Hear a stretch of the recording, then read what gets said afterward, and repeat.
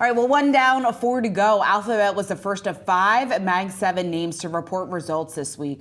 Joining us now to discuss, we want to bring in Paul Meeks. He's Chief Investment Officer at Harvest Portfolio Management and Wall Street Beat's partner. Paul, it's great to have you back on the program with us. Let's start with what we heard from Alphabet. We're seeing a pretty significant move here in the pre-market. The stock up nearly 6%. That's a big deal, just given the size and scope of this name. What did you think of the results?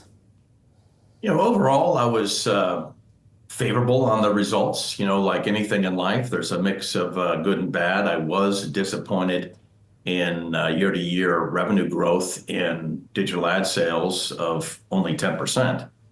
However, Google Cloud absolutely knocked it out of the park, growing 35% year-to-year. I think when we see the results for Microsoft Azure and Amazon Web Services, and even Oracle Cloud Infrastructure, that you'll see that Google Cloud really gained some share in cloud infrastructure market. So I think that's very good. In the meantime, you have a stock that even after today's move is trading at a PE multiple on next year's earnings, that not that much higher than the S&P 500.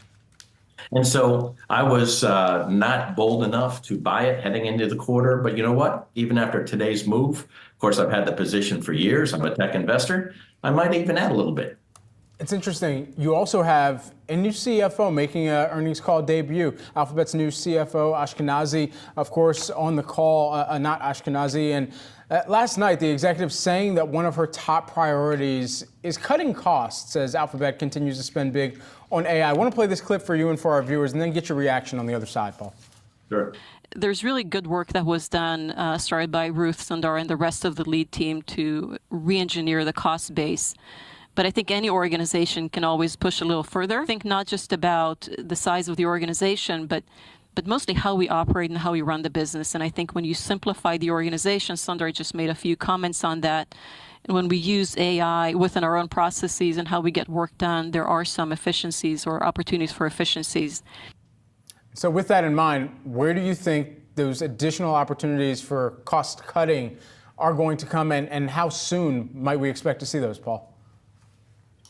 So I actually think that it's going to be rather easy to show efficiencies within the company's own cost structure. I've always been a little bit more cautious, not just with Alphabet, but with other companies playing the AI trend as to when they're going to have outward-facing products that can be adequately monetized. I think the jury is still out on that, and I don't think we'll even get the complete answer to that even in 2025.